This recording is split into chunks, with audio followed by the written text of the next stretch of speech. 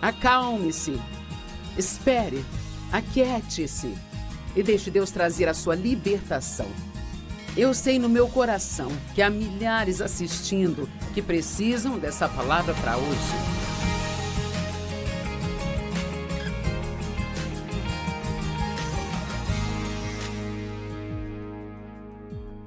Muito obrigada por você estar comigo hoje. Eu acredito que a mensagem vai ajudar você e eu quero começar fazendo uma pergunta. Tem alguma pessoa que está nos assistindo agora que está chateada com alguma coisa? Tem alguém nos assistindo agora que precisa se acalmar? Eu amo a palavra calma. Só de dizer essa palavra já me sinto melhor. Então hoje eu vou ensinar sobre como se acalmar. A segunda parte dessa mensagem é chamada Animando-se. Eu não vou chegar a essa parte hoje, mas nós vamos falar disso por alguns dias, pelo menos, talvez, uns 3 dias. Vamos ver até onde vamos. E sabe, a paz é uma das coisas mais maravilhosas do mundo. E você pode ter paz, mas você tem que tê-la de propósito. Porque o diabo ele está sempre tentando tirá-la de nós. E eu digo que ele arma para nos deixar chateados. Ele conhece nossas áreas fracas e tenta garantir que as experimentemos o bastante para acabarmos ficando emocionalmente chateados e perturbados. Tem algumas citações que eu achei muito boas. Uma de João, ou melhor, Josiah Holland. A calma é o berço do poder. Então, realmente, quanto mais calmo você fica, então mais poderoso você é. Então, Brian Tracy disse: coloque a paz de espírito como seu maior objetivo e organize a sua vida em torno disso. E agora pense nisso. Sabe, o meu objetivo é ficar em paz, então eu tenho que mudar a maneira como eu faço algumas coisas e ser adaptável e ajustável na minha vida para manter essa paz. E eu vivi muitos anos sem paz, na verdade. Eu me lembro de uma época na minha vida em que eu nem sabia o que era paz, porque eu cresci em uma casa de confusão e, honestamente, realmente não sabia como era isso. Mas você me ouvirá compartilhar depois que o meu marido foi um grande exemplo para mim. Por isso eu fiquei com muita fome de paz. Mas eu descobri que não conseguiria ter paz só orando. Oh, meu Deus, me dê a paz. Porque, veja, a verdade é que Jesus disse: minha paz eu deixo com vocês. Eu não a dou como o mundo a dá, mas a minha própria paz especial. Eu dou a vocês, eu entrego a vocês. Então a Bíblia Amplificada diz: então pare de permitir que seus corações se perturbem e fiquem chateados. Então eu tenho uma responsabilidade e você tem uma responsabilidade. E nós não podemos só orar para que a paz venha sobre nós. Claro, podemos orar sobre isso e devemos sempre orar, mas ainda assim nós temos que olhar para as situações da nossa vida e, quando você começar a se sentir chateado, essa é a melhor hora para dizer: não, eu vou permanecer calmo. Isaías 30:15. Pois assim diz o Senhor Deus, o Santo de Israel: ao retornar para mim e descansar em mim, você será salvo. Em silêncio, e a certeza e a confiança serão a sua força. Mas você não quer. Eu amo isso. Quantas vezes Deus nos mostra em sua palavra o que devemos fazer, mas nós não fazemos. Se você quer ter paz e calma no coração para viver sua vida, você vai ter que aprender a fazer várias coisas de uma maneira diferente do que tem feito até aqui. Veja, nós sempre queremos que as nossas circunstâncias mudem. Se você não tivesse feito isso, eu não teria feito aquilo, ou eu não teria respondido assim. Eu fiz isso por um longo tempo. Se você fizesse algo diferente, então ficaria feliz. Se você fizesse outra coisa diferente, eu ficaria feliz. Mas Deus me disse para parar de colocar nos outros a responsabilidade pela minha paz e alegria e assumir a responsabilidade por mim mesma. Eu espero que você esteja recebendo isso hoje, porque alguns poderiam ter paz, vocês poderiam se acalmar se estivessem dispostos a confiar em Deus. A nossa força espiritual e física depende disso.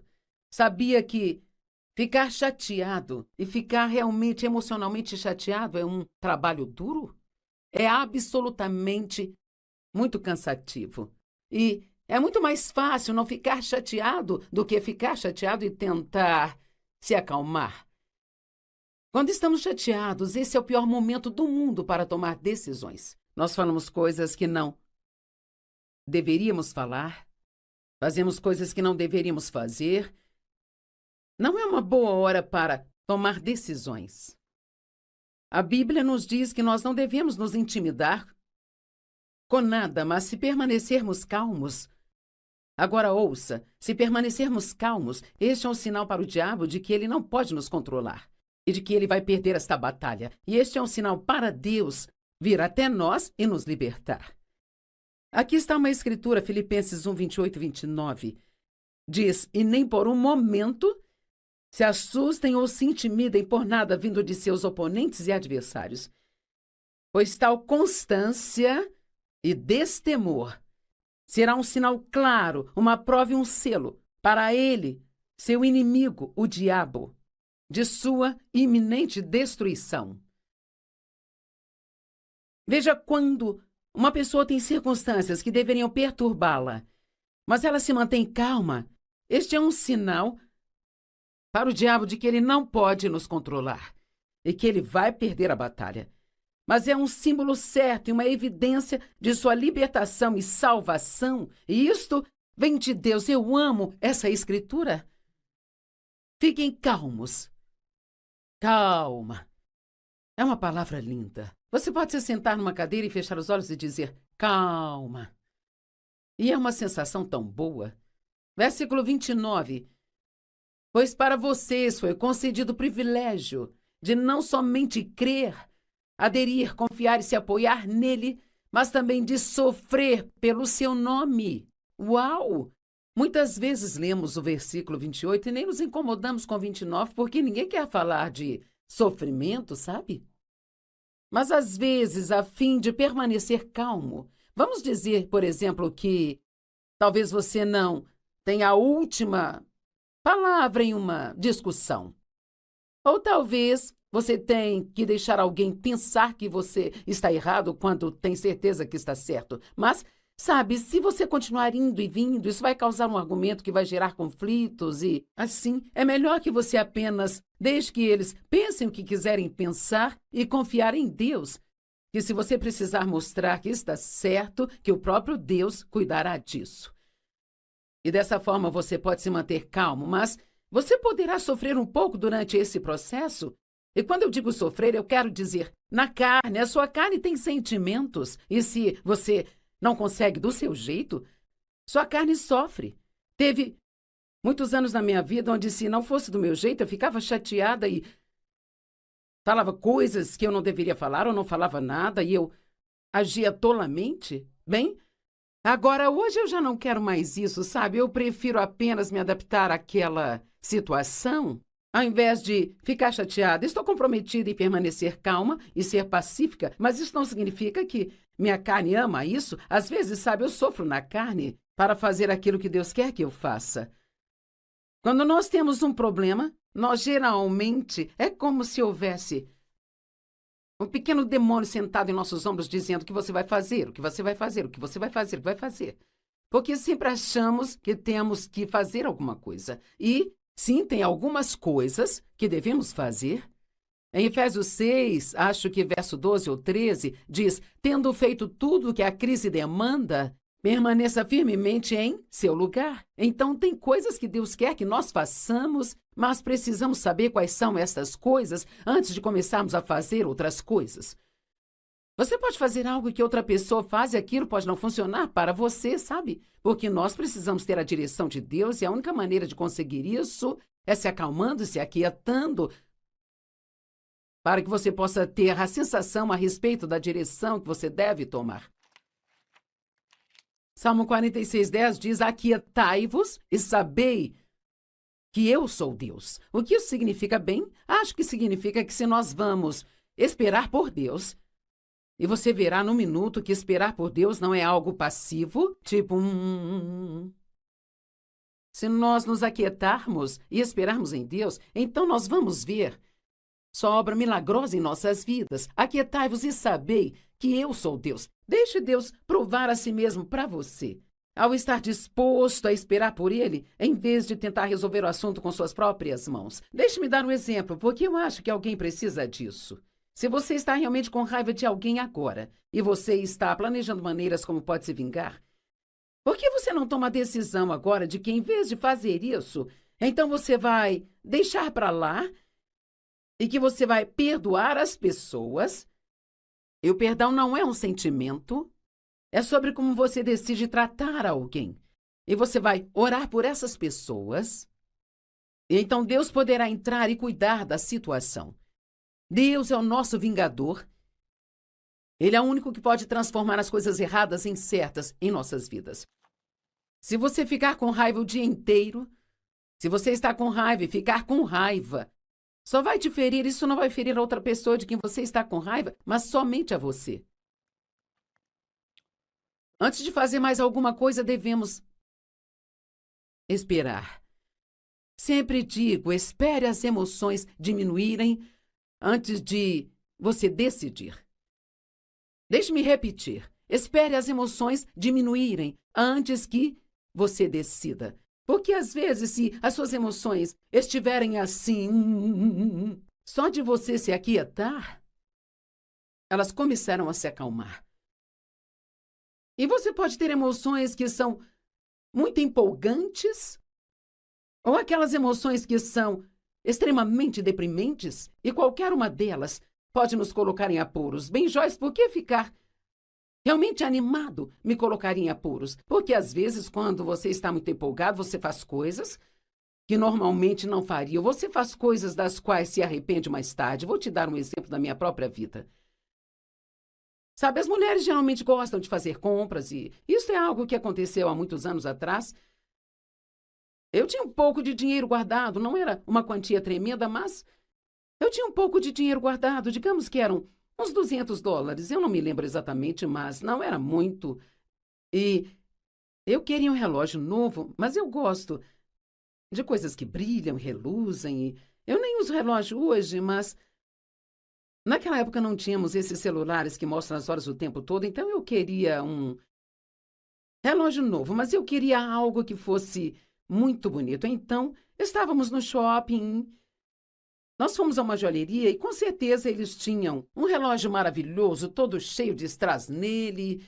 Então a vendedora me disse que estava em promoção, mas eu tinha que comprar naquele dia, se eu quisesse pagar o preço da promoção. E assim, então, sabe, essa pressão de compre agora, ou você perderá a oportunidade.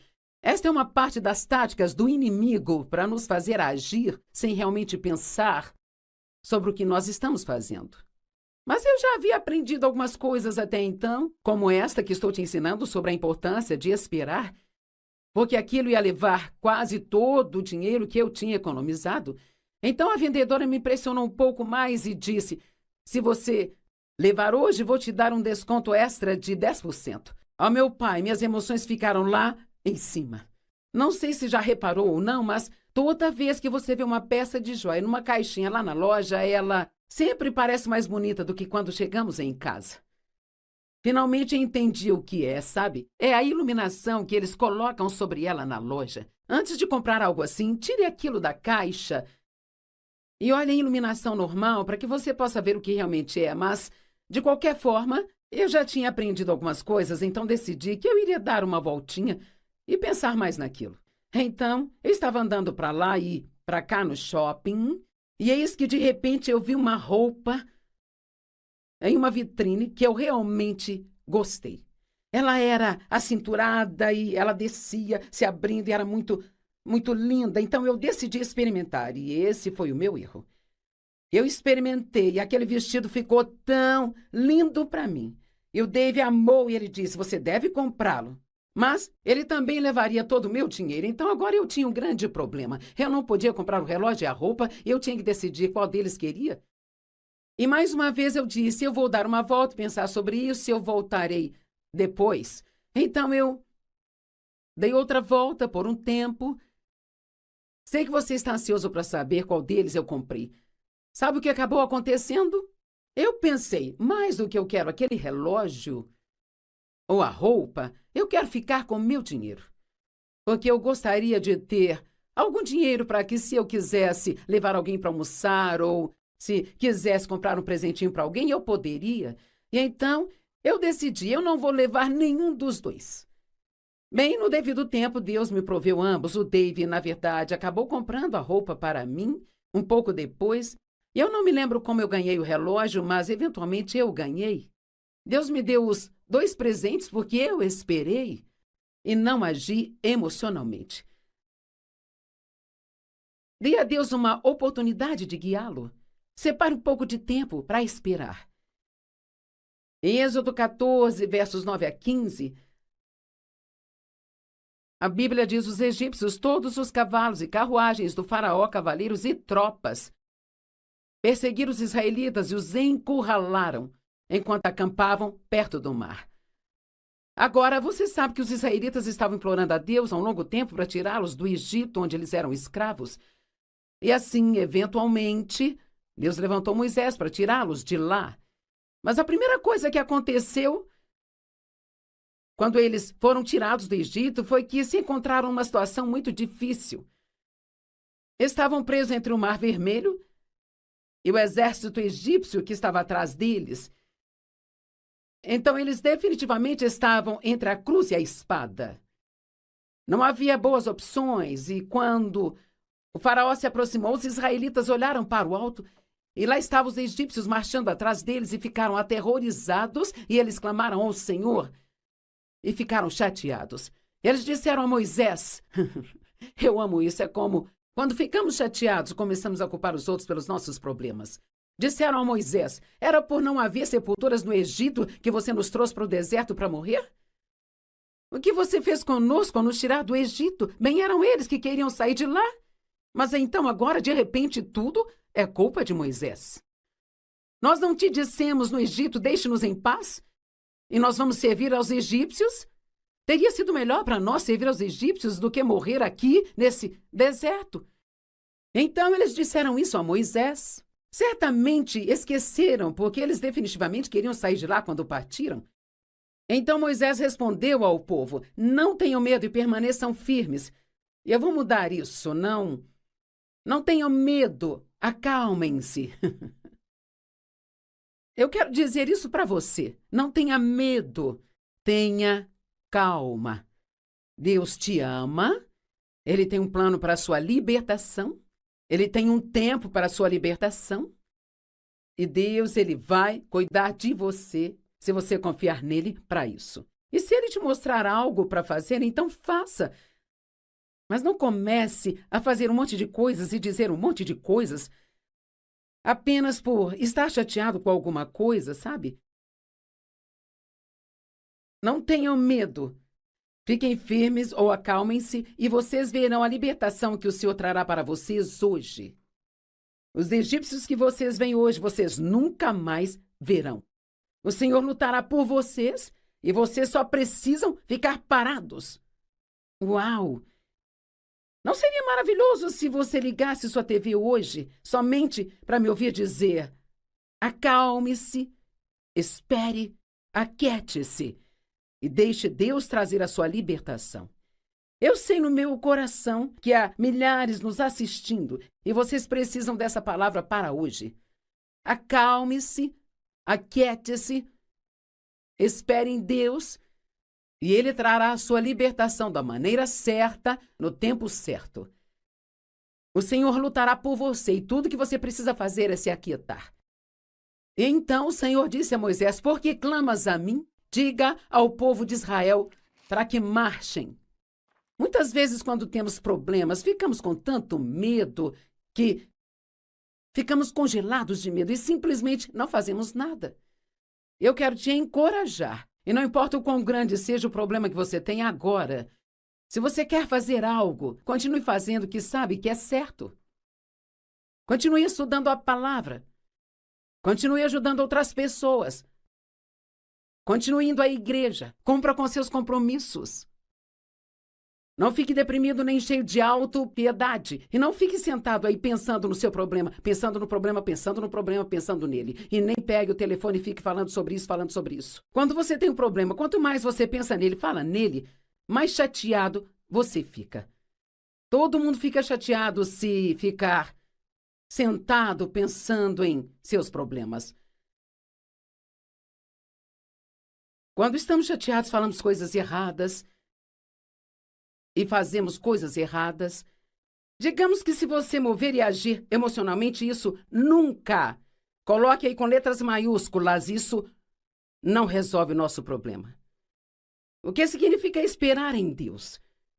Isso foi ótimo para abrir os meus olhos quando eu cavei um poço mais profundo e estudei isso. Esperar em Deus não significa apenas sentar-se e não fazer absolutamente nada. Esperar significa procurar por, ansiar pelo favor de Deus, por sua resposta e seu poder.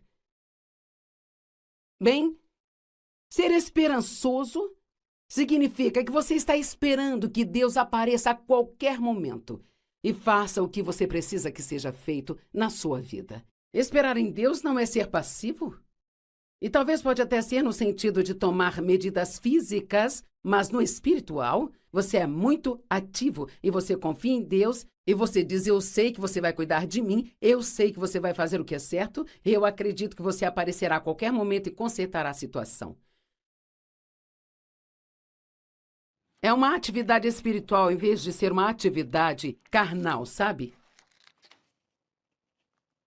O Salmo 25:4 diz, me mostra os seus caminhos, Senhor, ensina-me os seus caminhos. Em outras palavras, peça a Deus orientação.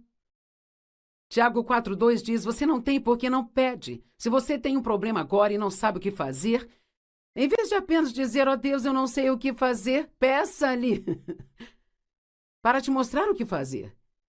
Provérbios 3:4-7 diz, não se apoie no seu próprio entendimento. Confia no Senhor com todo o seu coração e mente e não se incline à sua própria compreensão. Reconheça-o em todos os seus caminhos e ele vai endireitar seus passos. Deus te mostrará o que fazer se você perguntar e esperar nele. A ajuda de Deus vem, e eu amo essa declaração. A ajuda de Deus vem na proporção da nossa espera e esperança nele. Salmo 33:20 diz, nosso eu interior espera sinceramente pelo Senhor. Ele é a nossa ajuda e o nosso escudo. Pois nele os nossos corações se alegram, porque nós confiamos, nos apoiamos e temos confiança em seu santo nome. Salmo 37:34 diz, confia, espera no Senhor e ande nos seus caminhos. Enquanto espera por Deus, seja obediente a qualquer que seja a palavra que ele te disser. E ele te exaltará para herdares a terra.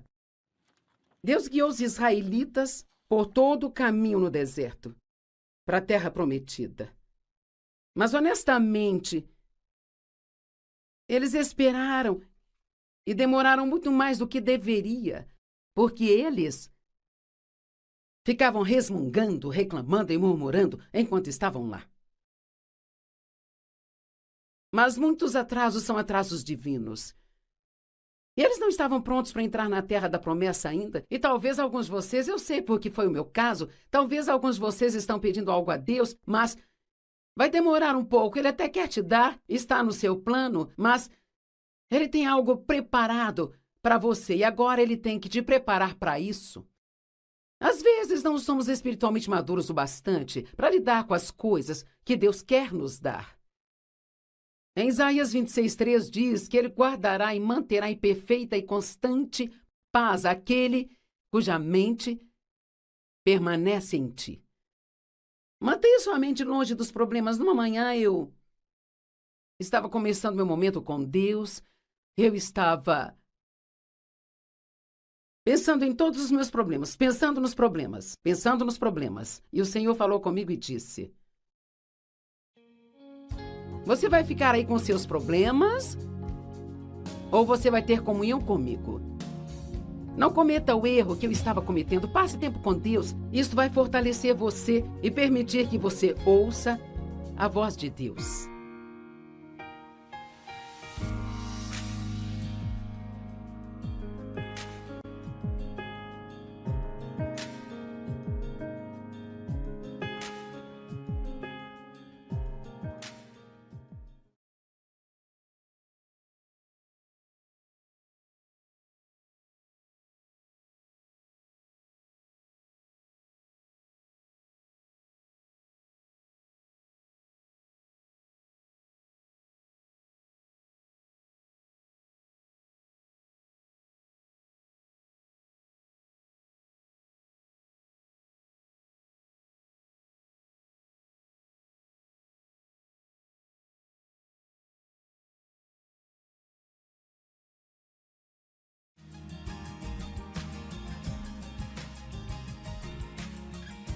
E eu acho que muitas pessoas estão sentadas por aí deixando o diabo espancá-las e frustrá-las e chateá-las e roubá-las e as atormentar. E elas nem sequer tentam revidar, sabe? Você não consegue vencer a guerra se não for a batalha.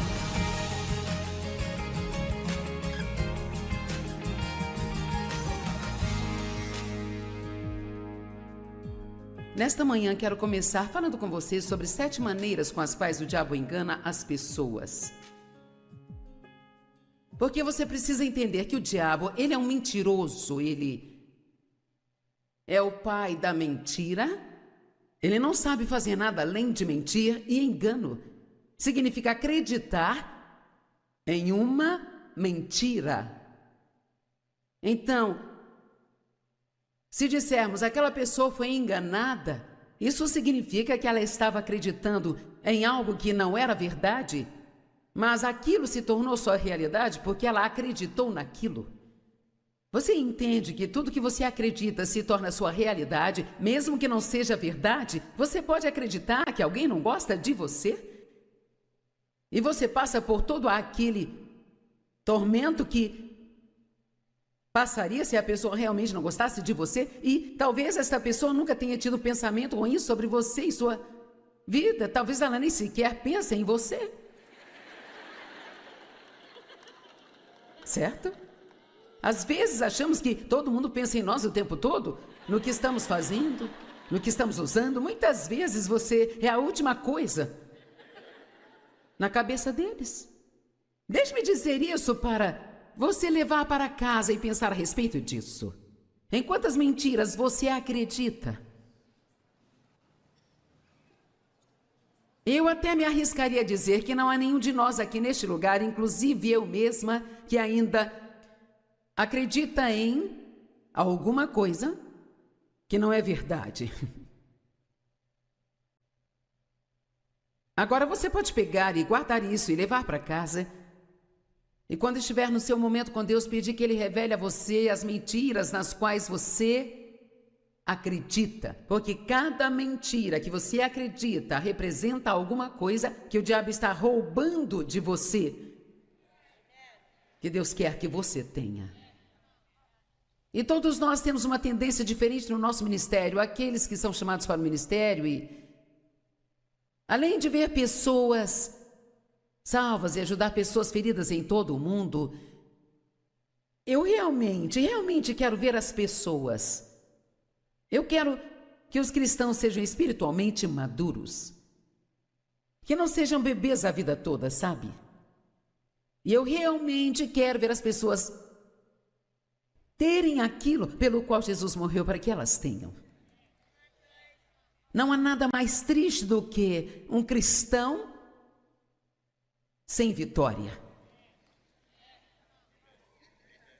Precisamos ter vitória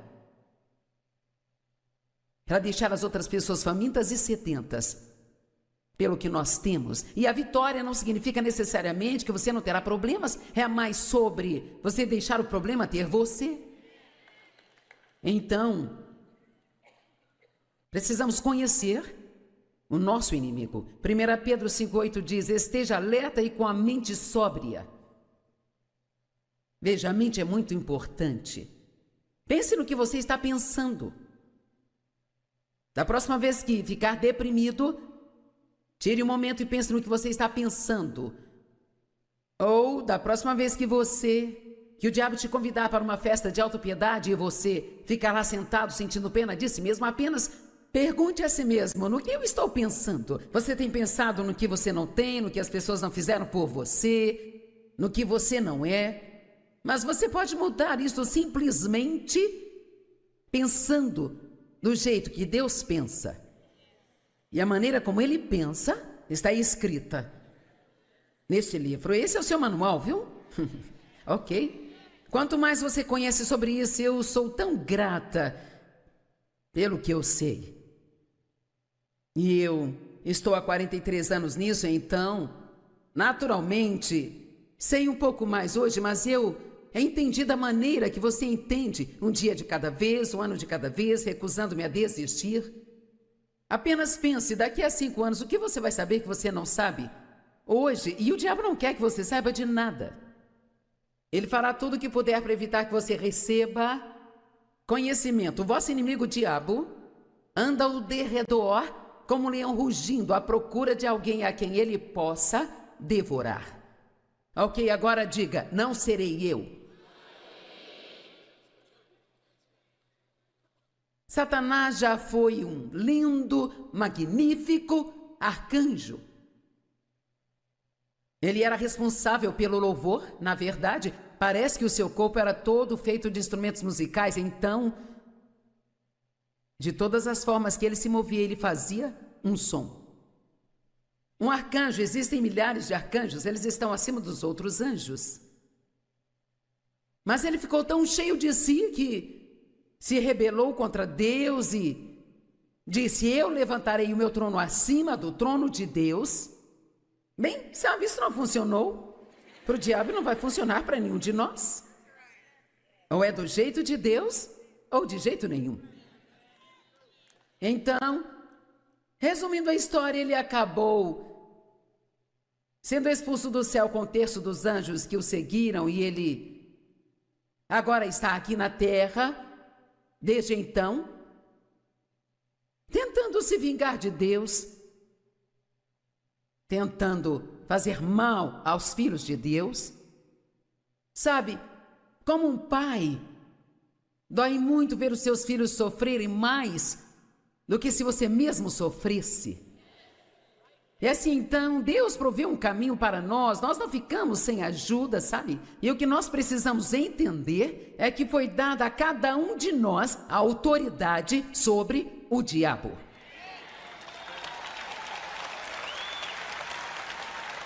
Quando Deus criou Adão e Eva, ele deu a eles a autoridade e os colocou no jardim. Quando eles pecaram, eles entregaram essa autoridade ao diabo. Ele disse a Jesus, quando Jesus estava sendo tentado no deserto durante aqueles 40 dias e 40 noites, ele disse: isto é meu e eu dou àqueles a quem eu desejar dar. Bem, ele tem poder aqui na terra porque Adão deu a ele, mas na verdade Jesus tirou dele esse poder. Jesus tirou dele e ele deu aquela autoridade, não o poder, e o devolveu a todo aquele que nele crê. Então eu amo Lucas 10:19, especialmente na Bíblia Amplificada. Lá diz: eis que, o que significa? Olhe, veja, eu dei a vocês poder e autoridade sobre todo o poder que o inimigo possui. E o que eu quero que você repare é que Deus está te dizendo: eu não apenas te dei poder, mas eu te dei autoridade sobre todo o poder que o inimigo possui. Ele não disse que o diabo tinha autoridade, ele disse: você tem poder e autoridade, o diabo ele só tem poder.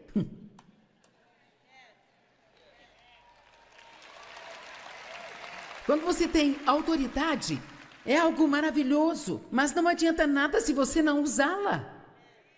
Se você não exercê-la. E eu acho que muitas pessoas estão sentadas por aí, deixando o diabo espancá-las e frustrá-las e chateá-las e roubá-las e as atormentar, e elas nem sequer tentam revidar, sabe? Você não consegue vencer a guerra se não for a batalha. E lutar com o diabo não é como... não é desse jeito. Cara, quando eu entendi pela primeira vez sobre ter autoridade como crente, lá pelos anos 70, eu gritava com o diabo, eu esbravejava com o diabo, e eu repreendo você, eu te repreendo. E quer saber? Depois de anos, meu repreendedor estava desgastado e o diabo ainda levava vantagem.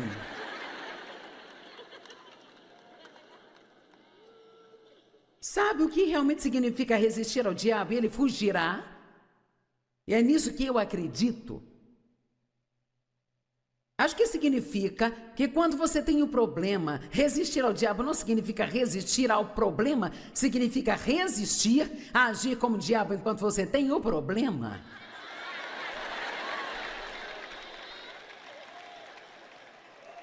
É isso aí. Sabe, Deus me disse isso há anos atrás. Pare de tentar se livrar do problema, pare de agir como o diabo age. É isso que ele quer, temos um problema, então agora ficamos com raiva de todo mundo. E nos tornamos difíceis de conviver, e ficamos sendo rudes, não amorosos, e não queremos cumprir nossos compromissos, porque eu tenho problema. O certo a se fazer quando o diabo vem contra você é fazer mais coisas certas do que você já fez antes em toda a sua vida. Vamos lá, este é um segredo super grande que os cristãos simplesmente não entendem. Romanos 12, 21 resolve toda a situação. Você só pode vencer o mal com o bem. Você entende? Você só vence o mal com o bem. Você não odeia seus inimigos, você compra presente para eles.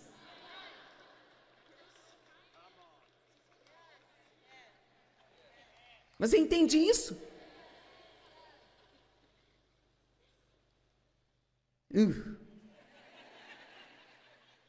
Tudo bem, prosseguindo, engano, engano, engano.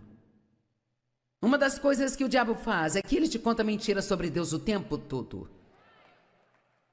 Ele tenta fazer as pessoas duvidarem da existência de Deus. Tenta convencê-las de que se houvesse um Deus, todas essas coisas ruins não estariam acontecendo no mundo hoje.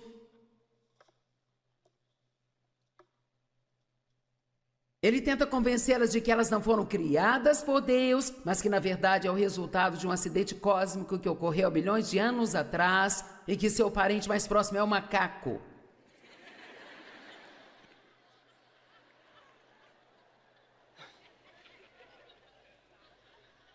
Bem, não é à toa que as pessoas no mundo estão desencorajadas. Você prefere pensar que você é a melhor coisa que saiu de um macaco?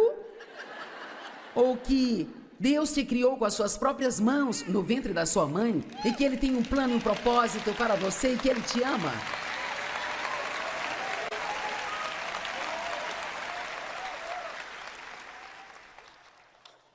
Primeira Pedro 5,8 diz: resista ao diabo desde o início. Por favor, lembre-se disso. Quanto mais você tolera o inimigo, então mais enraizado ele vai ficar em sua alma.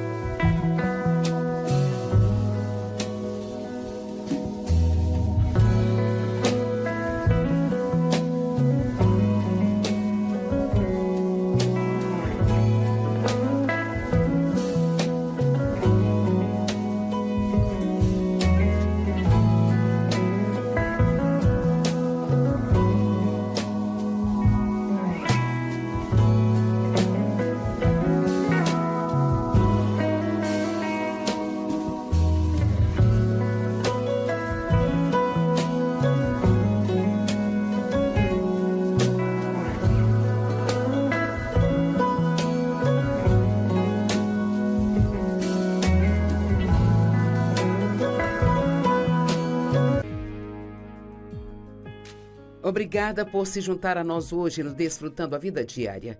Sabe, não sei o que você pode estar passando agora, tenho certeza de que alguns de vocês estão tendo um dia incrível, outros talvez tendo um dia difícil, mas eu oro para que, se você é um dos que está tendo um dia difícil, que depois de assistir ao programa de hoje e de ouvir a palavra de Deus, que você seja restaurado, edificado e encorajado, e que seu dia seja muito melhor porque você passou esse tempo conosco. Hoje eu quero falar com você sobre o que estou chamando de a matemática de Deus, ou a matemática da graça. Sabe, nós tendemos a gostar de lógica e razão. É incrível o tempo que gastamos tentando entender todas as coisas. Eu posso dizer que houve um tempo na minha vida, há muitos anos, em que eu diria que eu era realmente viciada em questionar. E o que eu quero dizer com isso é que eu realmente não conseguia, quando eu tinha um problema, não conseguia me aquietar e ter paz até que eu achasse que eu tinha entendido tudo. E muitas vezes eu descobri mais tarde que eu achava que eu tinha entendido, mas eu não tinha entendido coisa alguma. E a Bíblia nos diz para não nos inclinarmos ao nosso próprio entendimento. Então, seja o que for que você possa estar tentando entender, se tem algo, quero te lembrar de Provérbios 3, que diz: confie no Senhor de todo o seu coração e mente. Esta é a amplificada. Nós não podemos dizer que estamos confiando em Deus se ficamos preocupados e questionando e ficamos confusos porque não conseguimos encontrar as respostas para tudo. Sabe, eu sempre digo isso, que para que exista a confiança sempre haverá perguntas sem respostas. E temos que nos sentir confortáveis em não saber. Tendemos a gostar de lógica e de razão. Queremos que as coisas façam sentido para nós, mentalmente.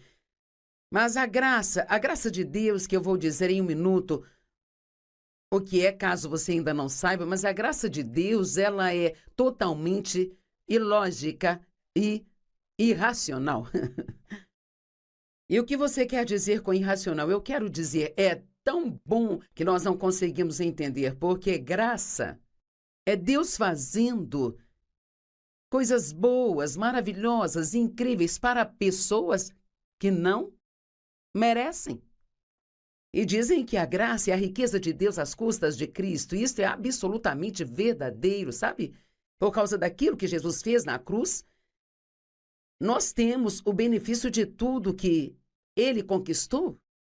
Graça é a habilidade, ela é o poder, é ter Deus nos ajudando a fazer as coisas que nós precisamos fazer. Sempre gosto de dizer que quando você tem a graça para fazer algo, essa graça faz aquilo que teria sido muito difícil ou mesmo impossível ser realmente fácil.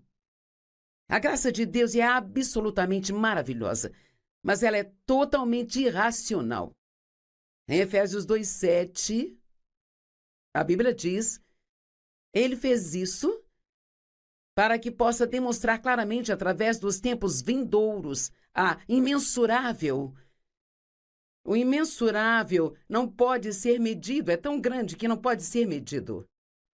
Ilimitadas, transbordantes riquezas de sua graça, seu favor imerecido em sua bondade e benignidade de coração em relação a nós em Cristo Jesus. Sabe, eu estive pensando esta semana como nós, cristãos, pessoas que estão acostumadas a pensar sobre a cruz ou ouvir sobre a cruz, e nós dizemos, bem, sabe, Jesus morreu na cruz, Ele pagou por todos os nossos pecados e nós podemos apenas nos acostumar a dizer coisas desse tipo e talvez nós nem sempre paramos para analisar o quão total e completamente incrível isto é. Ouvi alguém dizer assim nesta semana, eu achei isto muito bom, disseram, quando Cristo Jesus estava na cruz, Ele realmente absorveu todo o pecado no mundo inteiro, de todas as pessoas que já viveram e que ainda vão viver. Se observarmos, quando colocamos uma esponja seca na água, essa esponja, ela absorve toda aquela água e a leva embora. E Jesus, na verdade, a Bíblia diz que ele se tornou pecado. Ele não só tomou o nosso pecado, ele se tornou pecado. E quando você pensa sobre a santidade, sobre o impecável Cordeiro de Deus e como isso deve ter sido horrível para ele, ele não precisava fazer isso. Quando ele estava no Getsemane, ele estava sofrendo tanto, e a Bíblia diz que ele realmente suava grandes gotas de sangue enquanto orava sobre sua decisão. E ele disse: Pai, se possível, passe de mim esse cálice, no entanto, que seja feita a sua vontade, não a minha. Ele poderia ter chamado os anjos. Ele disse a Pedro: eu poderia ter chamado anjos, legiões de anjos, e eles teriam me livrado disso. Ele não precisava fazer aquilo, mas ele escolheu fazer por causa de seu amor pelo Pai e por causa do seu amor por você e por mim. E se você está assistindo ao programa hoje e ainda não entregou a sua vida a Cristo, se você ainda não recebeu como seu Senhor e Salvador, se você ainda não creu em Jesus Cristo, a Bíblia diz que tudo que você tem que fazer para ser salvo é acreditar em seu coração e confessar com a sua boca. Eu acho que você não pode crer nisso com a cabeça. Sabe, eu acho que não há nenhuma forma de pensar no que Cristo fez por nós e dizer: sim, eu entendo isso, sabe? Mas, se você quer ser salvo, Deus te dá a graça de acreditar. Nós somos salvos pela graça através da fé. A graça está lá, o trabalho já foi feito, e o que você precisa fazer não é verificar a sua cabeça, mas seu coração, e dizer: eu acredito nisso. Mas lembre-se, você não pode racionalizar isso. A graça não pode ser entendida com a mente. E é exatamente por isso que muitas vezes ela é chamada de maravilhosa graça. Vamos pensar em algumas coisas como 1 Coríntios, eu acho, começando por volta do... 1 Coríntios, capítulo 1, começando por volta do verso 27. Quando Deus busca pessoas para serem usadas, a Bíblia diz que ele escolhe de propósito as pessoas fracas e tolas do mundo. Coisas ou pessoas que o mundo as excluiu totalmente, jogaram fora no lixo e que falavam que não havia nenhuma maneira de Deus usá-las. Essas são as pessoas que ele escolheu para usá-las, para mostrar a sua glória. Porque ele confunde aqueles que se acham muito inteligentes e sabem todas as respostas. Tenho certeza de que Deus está usando muitos de vocês de maneira poderosa. E sabe, talvez alguns de vocês sejam qualificados, mas no natural, eu mesma não era qualificada para fazer o que eu estou fazendo. Mas ainda assim, Deus me deu a graça e a habilidade para fazê-lo. Eu já o amava. Isto é tudo o que eu posso dizer. Eu não tive o treinamento, eu não tive os estudos.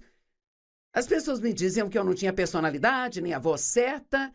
Mas aqui estou eu 45 anos depois e Deus ainda está me usando. Bem, isto faz com que as pessoas que pensam que são super inteligentes balancem a cabeça sem conseguir entender isso. A graça, ela é totalmente irracional, mas ela é um presente e você pode recebê-la não só pela salvação, mas para cada dia da sua vida. A Bíblia diz que da mesma forma que fomos salvos, é a mesma forma que devemos viver pela graça através da fé. Aqui está outro fato que vai fazê-lo balançar a cabeça. A Bíblia diz que Deus criou tudo o que nós podemos ver a partir do nada. Bem, deixe-me perguntar, como você faz algo a partir do nada? Não existe nenhum de nós, nenhum ser humano jamais foi capaz de fazer alguma coisa do nada. Precisamos ter algo para começar? Mas Deus, ele fez tudo o que nós vemos do nada. Ele começou sem nada. Ele não tem começo, ele não tem fim. De onde é que Deus veio então? Bem, ele apenas é. Esta é uma das coisas que pode tornar seu relacionamento com Deus tão incrível, tão maravilhoso, tão rico, se você apenas entender que os caminhos dele estão muito acima dos seus caminhos e que os pensamentos dele estão muito acima dos seus pensamentos. A Bíblia diz em Isaías, acho que 55, 8 e 9, pois os meus pensamentos não são seus pensamentos, nem seus caminhos, os meus caminhos, declara o Senhor. Pois assim como os céus são mais altos que a terra, isto é, bem longe, assim como os céus são mais altos do que a terra, os meus caminhos são mais altos do que os seus caminhos, e meus pensamentos mais altos do que os seus caminhos. Você pode ter um plano, mas Deus tem um plano melhor. Nós podemos achar que sabemos todas as respostas, mas Deus sabe muitas coisas que nós não sabemos. Não sei quanto a você, mas para mim isto é empolgante. E fico animada em saber que eu fui permitida a entrar em um relacionamento pessoal e íntimo com Deus, através de Cristo, cujo poder não se pode medir, cuja sabedoria não pode ser medida. Ele sabe de tudo, ele conhece os meus pensamentos antes mesmo que eu pense. Ele sabe das minhas palavras antes mesmo que eu fale. E quando eu tenho um problema, eu posso não saber as respostas, mas Deus já sabe a resposta. E talvez agora você tenha um problema e não sabe a resposta, mas Deus, ele sabe a resposta e Deus tem um plano. E Deus, ele ama você. Sim, mesmo que você não mereça e que eu não mereça também, Deus te ama e ele te ama incondicionalmente. Ele não está pedindo para você ser perfeito, ele está te pedindo para acreditar em seu Filho, Jesus Cristo. Sabe, no nosso mundo, 2 menos 1 é igual a 1. Por exemplo, eu tenho esse copo de água aqui, se alguém dissesse, eu posso ficar com isso, se eu desse a eles, isso me deixaria sem nada, certo? Ninguém questionaria isso. Mas na economia de Deus, na sua matemática, na aritmética de Deus, a matemática da graça não funciona assim. Porque Deus diz para nós que 2 menos 1 pode ser igual a 30 ou 60 ou 100. A Bíblia diz que o primeiro será o último e o último será o primeiro. Bem, então, no nosso modo de pensar, os primeiros são os primeiros. Se você é o primeiro, é o primeiro. Mas Deus diz que o primeiro pode ser o último. Em outras palavras, aqueles que empurram, atropelam, trapaceiam, enganam e mentem para serem os primeiros, para estarem no topo, serem promovidos.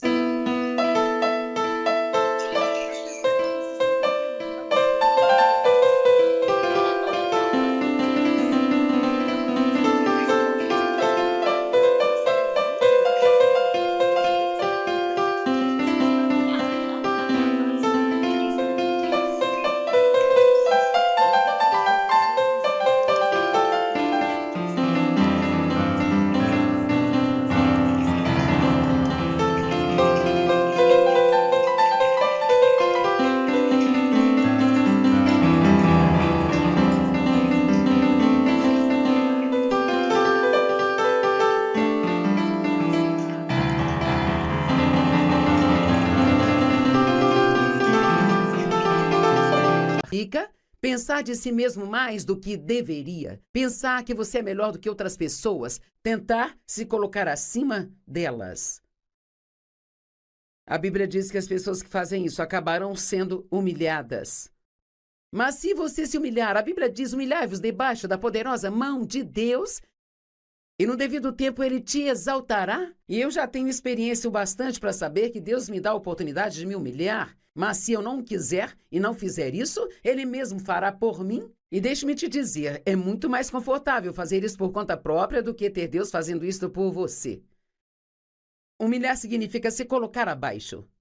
Significa confiar em Deus. Eu me lembro de que no início do ministério, poucos anos depois de eu estar no ministério, eu queria tanto, sabe, fazer coisas grandes e ter compromissos, e eu ainda não estava na televisão, eu só estava fazendo pequenas viagens, e eu aproveitava qualquer coisa, qualquer oportunidade que aparecesse, e um promotor profissional veio até mim. Eu estava na Califórnia numa palestra, e ele disse, se você quiser assinar comigo, se você assinar um contrato comigo, eu posso fazê-la mundialmente famosa.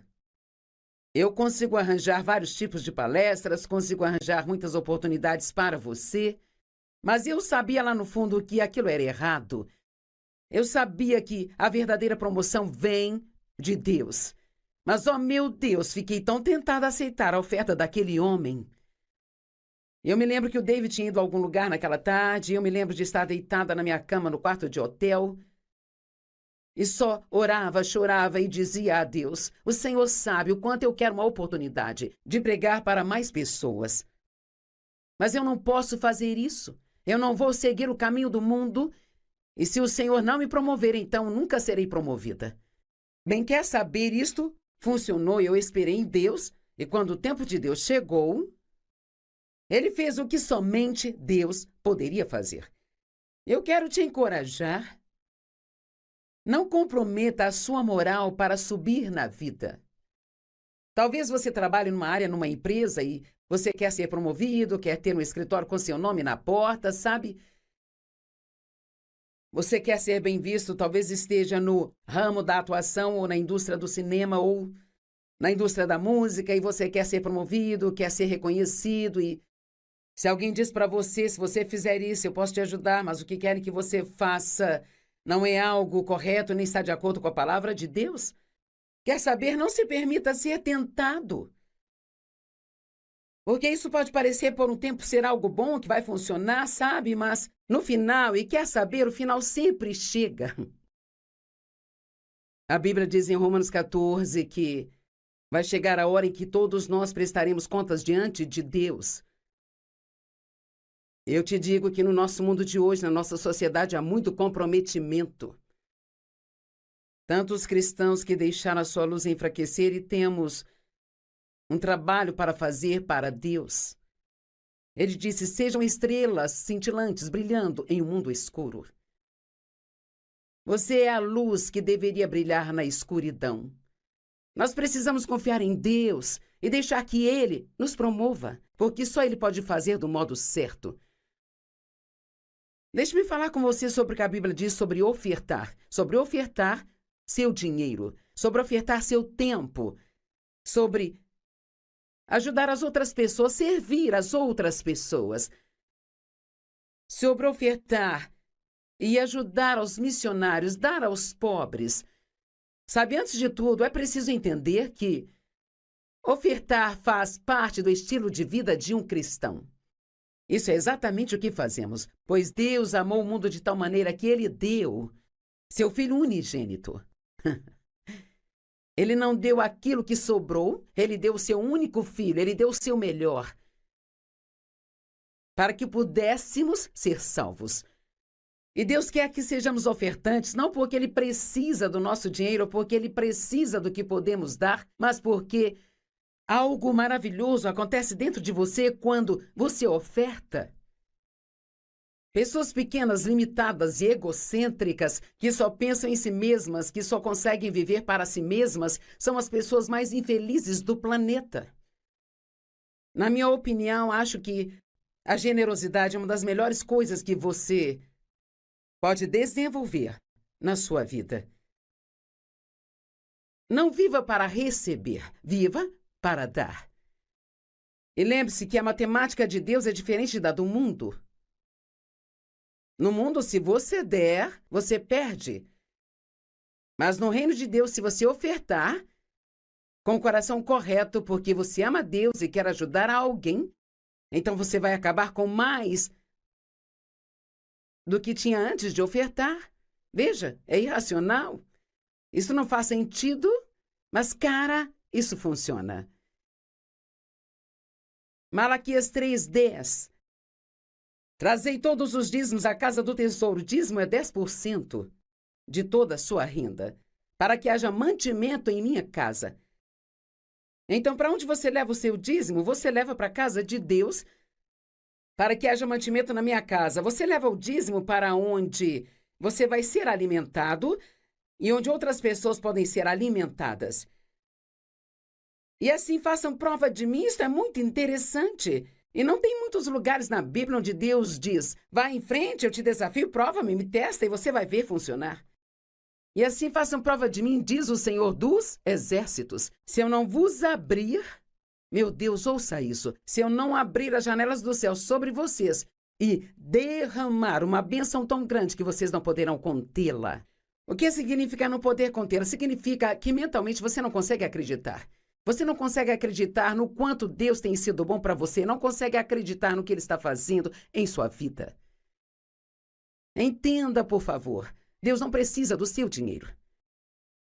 E o diabo vai te dar todo tipo de desculpa imaginável para não ofertar. Esses pregadores que estão fazendo com seu dinheiro, bem, sabe? Aquele pastor dirige um carro melhor do que o seu, porque você deveria ofertar. Você não está ofertando para o pastor, nem mesmo doando para a igreja. Está ofertando a Deus. E você deve fazer o seu melhor para ter a certeza de que os lugares onde você está ofertando sejam honestos e que eles estão fazendo um bom trabalho e fazendo coisas boas com o seu dinheiro. E uma das coisas que eles precisam fazer é alcançar as pessoas, especialmente ajudar aos pobres, necessitados, oprimidos, doentes e os enfermos. Jesus não veio para aqueles que estavam bem e saudáveis, ele veio para os doentes. E o nosso mundo está cheio de pessoas espiritualmente, mentalmente e fisicamente doentes de várias formas imagináveis. Na minha opinião, eu quero que você ouça isso. Ofertar é a coisa mais inteligente que você pode fazer. Eu não quero ser rude, mas acho que as pessoas que não ofertam não são pessoas muito inteligentes. Porque, sabe, a matemática de Deus não funciona como a dos homens. E algumas pessoas dizem, bem, o dízimo é do Antigo Testamento. Não está no Novo Testamento. Quer saber? Não vou discutir isso, mas mesmo que você esteja certo, o que eu não acredito que você esteja, mas mesmo que esteja, se eles podiam dizimar 10% da renda deles debaixo da lei, o que devemos fazer debaixo da graça? Meu Deus, quando você perceber o quanto a graça é incrível e o que Deus fez por você, como você pode não querer ajudar outras pessoas? Marcos 12, versos 41 a 44, e ele se assentou de frente para a arca do tesouro, observando as pessoas colocando dinheiro na caixa de ofertas. Muitas pessoas ricas colocavam grandes somas. E uma viúva pobre, eu amo isso, a viúva pobre veio e colocou 2 pequenas moedas de cobre, que correspondiam a 1 centavo. Ele chamou seus discípulos à parte e lhes disse, em verdade, eu vos digo que esta pobre viúva colocou mais do que todos aqueles que estão contribuindo para a caixa de ofertas. Mais uma vez vemos uma matemática que não faz sentido. Aqueles ricos depositaram todas aquelas enormes quantias de dinheiro e aquela senhora só deu 1 centavo. Como pode ter sido mais do que o deles? Porque Deus, ele não olha apenas para o quanto você dá, ele olha para o sacrifício que foi preciso para você ofertar. Meu pai, essa mulher ainda é comentada na Bíblia até hoje. As pessoas ainda pregam sobre essa pobre viúva que ofertou 1 centavo. Lucas 6, verso 38 diz, dê e será dado a você.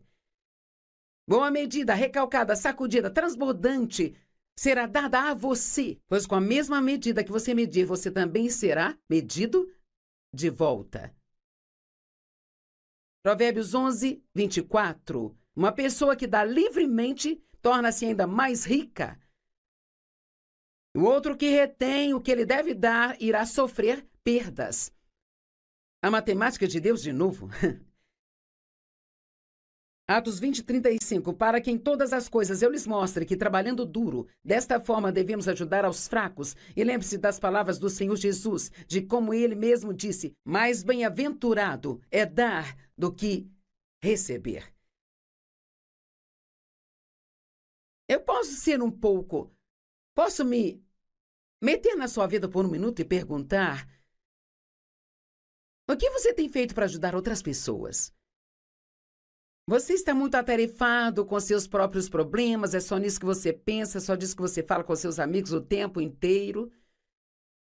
Sabe, uma das melhores maneiras de resolver o seu problema é, enquanto você está sofrendo, estender a mão e ser bênção para outras pessoas. Sim, eu disse, enquanto você está sofrendo, estenda a mão e seja uma bênção para outras pessoas. Não é só sobre dinheiro. Se você não tem dinheiro para dar, você pode encorajar alguém, sabe? Você pode ligar para alguém e dizer o quão importante ela é. Pode ofertar um pouco de tempo. Mas tenha certeza de não permitir que o diabo te engane para ser egoísta e egocêntrico, sabe? A matemática de Deus não funciona como a do mundo funciona. Posso garantir, quanto mais você doar, quanto mais der do seu tempo, quanto mais der das suas finanças para ser bênção, para ajudar outras pessoas, mais você vai ter. O mundo diz que terá menos, mas Deus diz que terá mais. Agora eu vou continuar isso amanhã, tenho algumas parábolas que vou compartilhar com você, que falam desse princípio de como a graça é absolutamente tão incrível que simplesmente não faz sentido algum para nós, sabe? Eu quero que você realmente se junte a nós, porque acho que isso vai ser realmente importante, vai te ajudar. Você não tem que viver tentando entender tudo com a sua cabeça.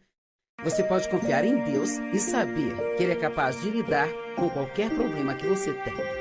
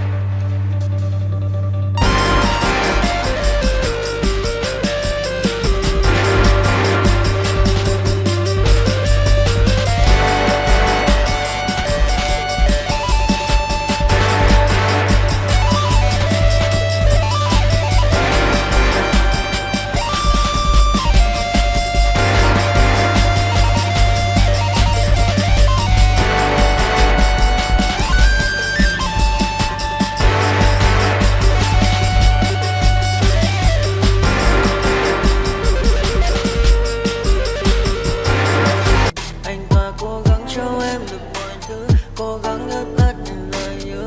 Em không quên anh thì sao đôi mắt em sầu. Vì giờ anh đã quên rồi, em đã quên rồi, dòng tin nhắn anh quên rồi. Em đã quên rồi, mình chẳng còn gì nữa rồi, còn gì nữa đâu. Quên rồi, em quên rồi. Giờ chỉ còn là những vấn vương, đưa em mang cho anh bao nhiêu tiền ở gần đường.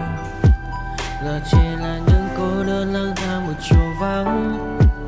Giờ chỉ là những cơn mưa say trong một chiều nắng. Nắng vàng nhẹ rơi trên đôi mắt em, nắng vàng nhẹ bay qua đôi mắt em. Đôi gà mà im trong cơn gió hay qua, nắng nhẹ nhàng hôn lên đôi mắt em.